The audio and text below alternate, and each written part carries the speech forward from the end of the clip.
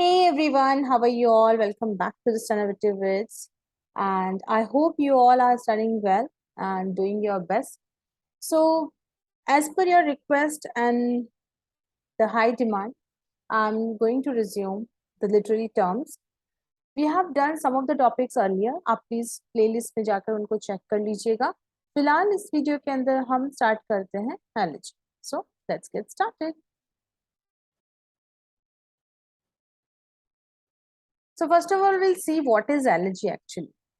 An elegy is a form of poetry used to mourn and reflect. So basically, ये एक form of poetry है, कविता का काव्य का एक form है, जिसके अंदर basically it is used to mourn in the senses lament, दुख मनाने के form में reflection of the pain inside a human being. ठीक है, तो उस पर दुख के लिए ये कविता लिखी जाती है, ये form of कविता.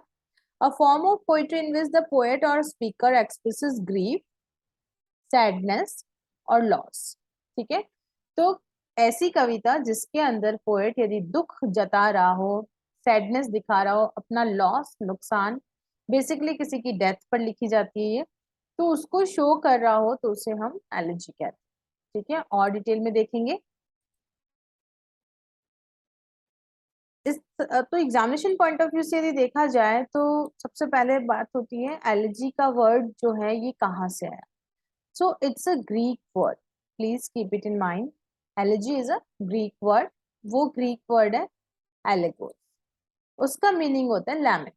Lament का मतलब होता है दुख. The word elegy originated from the Greek word elegia or allegos. ठीक है, which means to lament or to be sorrowful.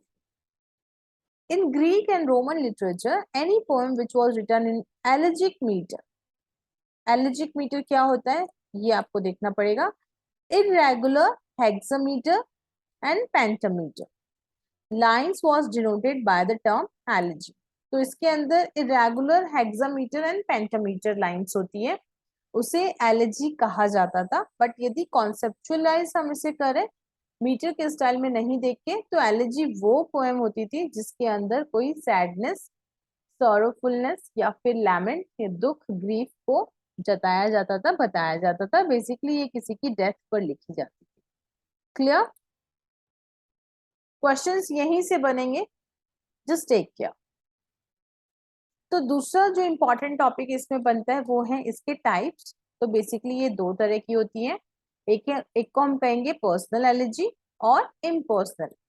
तो पर्सनल और इम्पर्सनल एलर्जी नाम से ही क्लियर हो रहा है. पर्सनल मतलब सब something which is personal or informal. In a personal elegy, the poet laments the death of some close friend or relative. जब पोएट अपने किसी क्लोज फ्रेंड या फिर रिलेटिव की डेथ पर शोक मनाता है या फिर ये शोक गीत लिखता है तो उसे हम एलिजी कहते हैं. Personal elegy. और impersonal elegy in which the poet grieves over human destiny, है ना, और over some aspect of contemporary life and literature. तो ब्रॉडर पर्सपेक्टिव पर यदि किसी चीज पर दुख मनाया जाए, it might be about human destiny, okay, it might be about the life, literature, जीवन, इन सब पे यदि कोई दुखी हो रहा है और कविता लिख रहा है तो वो भी एक एलिजी होगी, but it would be an impersonal elegy. और यदि किसी person like close friend, relative या किसी नोन के डेथ के ऊपर यदि कोई शोक गीत लिखा जाता है तो उसे एलिजी कहा जाता है, personal elegy. Clear? So this way there are two types of elegies. Then we have stages of elegy. किस तरह जब ये पोएम लिखी जाती है हेक्सामीटर और पेंटामीटर लाइंस में, तो इसमें जो इस पोएम को स्टार्ट करने का या लिखने का जो तरीका है उसके अंदर 3 स्टेजेस आती हैं. क्या क्या स्टेजेस आती है? ये स्टेज होती है जो ग्रीफ से स्टार्ट होती है, यानी किसी की डेथ हो गई, उसके ऊपर आप एक कोई पोएम लिख रहे हो, तो सबसे पहले आप क्या करोगे, फर्स्ट स्टेज में उसका ग्रीफ लिखोगे कि उसके बारे में, उसकी जो डेथ हो गई उसका दुख आप इसमें जताओगे. ठीक है, सो ग्रीफ से लेके कॉन्सोलेशन तक यहाँ पर 3 स्टेजेस आती है. पहला होता है lament. Lament in the sense is death, where the speaker expresses grief and sorrow. ठीक है, तो वो अपना दुख बताता है कि हाउ आई एम फीलिंग, ठीक है। इसके बाद दूसरा स्टेज होता है जिसमें वो उसकी प्रेज करता है, उसका एडमिरेशन एडमायर करता है, उसको बताता है कि वो बहुत अच्छा इंसान था, दिस एंड दैट, ठीक है। और जो लास्ट स्टेज होती है उसके अंदर क्या करते हैं, consolation and Solis. Consolation Solis का मतलब क्या होता है, कंफर्ट देना, या फिर हमारी किसी चीज को हम खो देते हैं, है ना। इसका सिंपल सा एग्जांपल है, जब आप किसी गेम में पार्टिसिपेट करते हैं और आपको कॉन्सोलेशन प्राइज मिलता है, तो वो ये है कि आप विनर नहीं बन सके, इसलिए आपको ये कॉन्सोलेशन, एक तरह से सांत्वना पुरस्कार kind of whatever it is.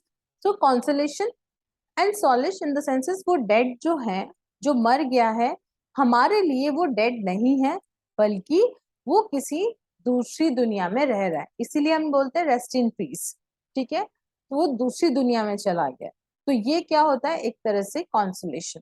तो इस तरह से इस एलिजी के 3 स्टेजेस होते हैं। फर्स्ट इज लैमेंट, जिसके अंदर सोरो, दुख को जताया जाता है, दूसरे में उसकी प्रशंसा की जाती है, प्रेज किया जाता है, and the third one is the consolation and solace.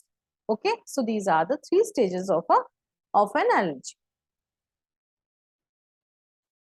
Then some examples, क्योंकि यहाँ जितने क्वेश्चंस बनते हैं ये डेफिनेटली आप कर लोगे, बट एग्जाम्पल भी आपको रखना होगा कि यहाँ से इनमें से कौन सी एलर्जी नहीं है, so they can give you some of the famous examples, और उनमें से एक कोई भी बाहर का होगा, तो आपको ये सारे एग्जाम्पल्स एटलीस्ट अपने माइंड में रखने ही होंगे।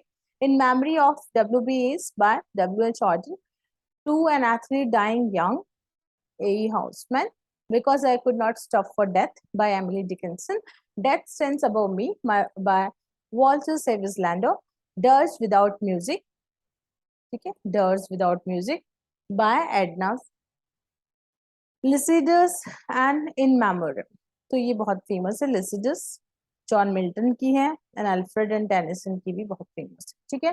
सो some of I have written, these are very famous and common allergies which you need to take it in your mind before you're appearing for exam. Okay, so finally this was all about allergy. जितने भी important चीजें हैं वो मैंने सब आपको बता दी है, और डेफिनेटली यहाँ से एक और दो क्वेश्चन, एक क्वेश्चन जरूर बन सकता है, एक से ज्यादा नहीं। चलो कुछ क्वेश्चंस प्रैक्टिस करते हैं, in case if you got something or not. So which poetry represents an extended meditative poem in which the speaker reflects on death? Very simple question. Is it a ballad, narrative poetry, elegy or sonnet? तो बहुत ही आसान question है, please आप अपना answer comment box में लिखें। इसके बाद नेक्स्ट क्वेश्चन है, an elegy is considered as a, okay, humorous poetry, depressing poetry, angry poetry और motivated poetry? इसका आंसर भी आपको कमेंट बॉक्स में लिखना है, and please don't avoid writing the answers, इससे मुझे लगता है कि you are engaged here. Okay, next one, type of events that this poetry can be displayed at, कहाँ पर ये पोएट्री डिस्प्ले की जा सकती है? On funerals, weddings, graduations and births. You know this answer very well, so please write down. Actually इसी तरह के क्वेश्चंस एग्जाम में पूछा जाते हैं basically. Where did elegy origin? तो ये आपने वीडियो ध्यान से देखी तो आप इसका आंसर हैप्पीली दे सकते हैं, और नहीं देखा है तो आप प्लीज वीडियो को शुरू से देखें। So this was all about today. And thank you so much for watching this video. I hope this portion of allergy is completely done and you're not going to miss any question here. So thank you so much for watching this video. See you with the next